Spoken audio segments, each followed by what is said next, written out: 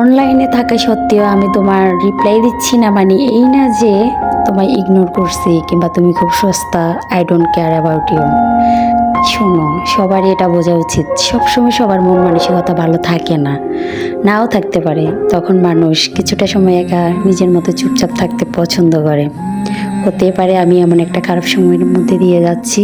সত্যি কথা বলতে এখন আর কাউকে কোনো কিছু এক্সপ্লেন করতে ভালো লাগে না। বুঝলে বুঝুক, না বুঝলে না বুঝুক, ইটস ওকে। একটা কথা কি জানেন, ক্যারিয়ার গড়ার বয়সে কখনো চেহারার দিকে তাকাতে নেই। ভালো ক্যারিয়ার হলে চেহারা অটোমেটিকলি ভালো হয়ে যায়, কিন্তু ভালো ক্যারিয়ার না হলে অনেক ভালো চেহারাও নষ্ট হয়ে যায়। আবার ভালো চেহারায় সবসময় দাম নাও থাকতে পারে, কিন্তু ভালো ক্যারিয়ারে সবসময় সর্বকালে দাম বিদ্যমান থাকে। তো আমাদের সবার বোঝা উচিত